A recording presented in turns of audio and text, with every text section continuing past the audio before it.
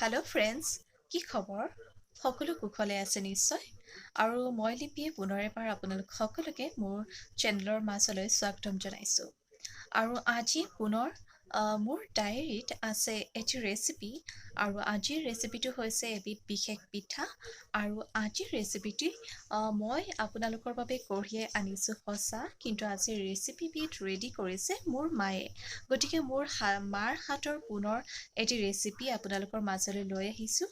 আৰু যিহেতু এতিয়া বহাগৰ মাহ, লগতে ৰমজানৰ মাহো, পবিত্ৰ ৰমজানৰ মাহো চলি আছে, গতিকে এনেকুৱা সময়ত এনেকুৱা এটা হেল্ডি ৰেচিপি আপোনালোকৰ মাজলৈ লৈ আহিছোঁ।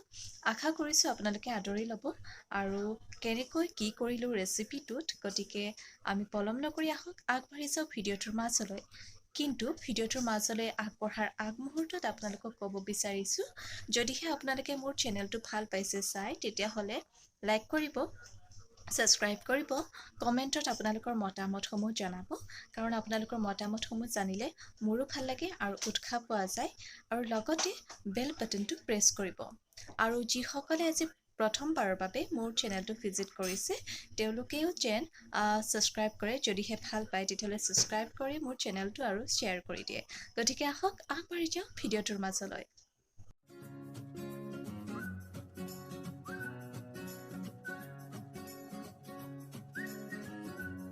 এইখিনি হৈছে আমাৰ প্ৰধান উপকৰণ বৰা চাউল। এইখিনি এৰাতি তিয়াই থোৱা হৈছিলে আৰু এতিয়া পানীটো সৰাই লৈছোঁ। গ্ৰাইণ্ড কৰি ল'ম।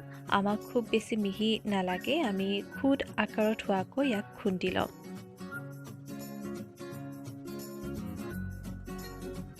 এয়া চাউলখিনি গ্ৰাইণ্ড কৰা হৈ গ'ল। ইয়াত এতিয়া নিমখ আৰু চেনি মিহলাই লৈছোঁ। প্ৰেছাৰ কুকাৰত পানী অকণ দি প্ৰিহিট কৰি ৰখা হৈছে আৰু হুইচেলটো আঁতৰাই ইয়াৰ ঠাইত কটন কাপোৰেৰে এনেদৰে গোলাকাৰ আকৃতিত কৰি ল'ম।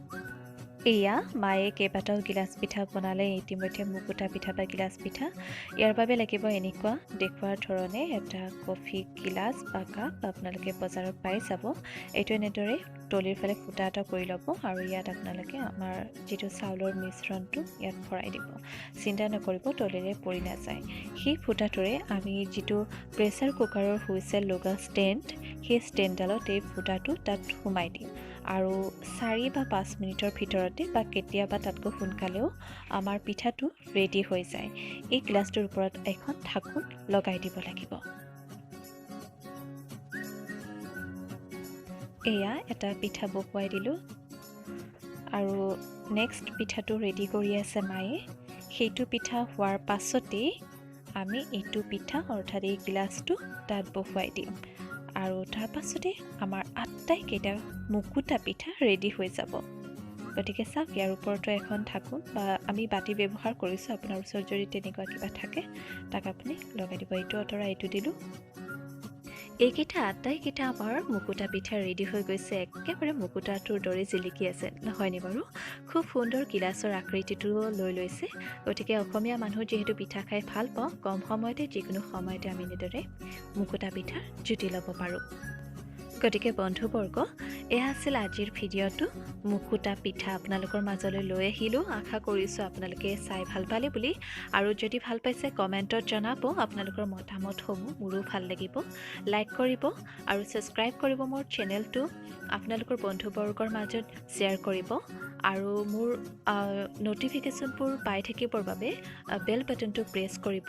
আৰু লগতে যিসকলে আজি প্ৰথমবাৰৰ বাবে মোৰ চেনেলটো ভিজিট কৰিছে, তেওঁলোকেও আশা কৰিছোঁ যাতে তেওঁলোকে মোৰ চেনেলটো ছাবস্ক্ৰাইব কৰে।